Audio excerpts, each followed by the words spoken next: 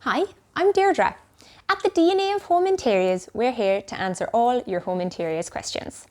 Today's question is there anything that I can do to make moving heavy furniture any easier?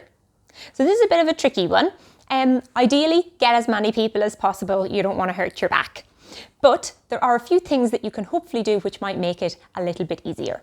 The first thing is to remove as many detachable things as possible. So for example, if I was looking to move this couch, I would remove all the cushions and all of throws, anything else that maybe is left on top of it that you can move.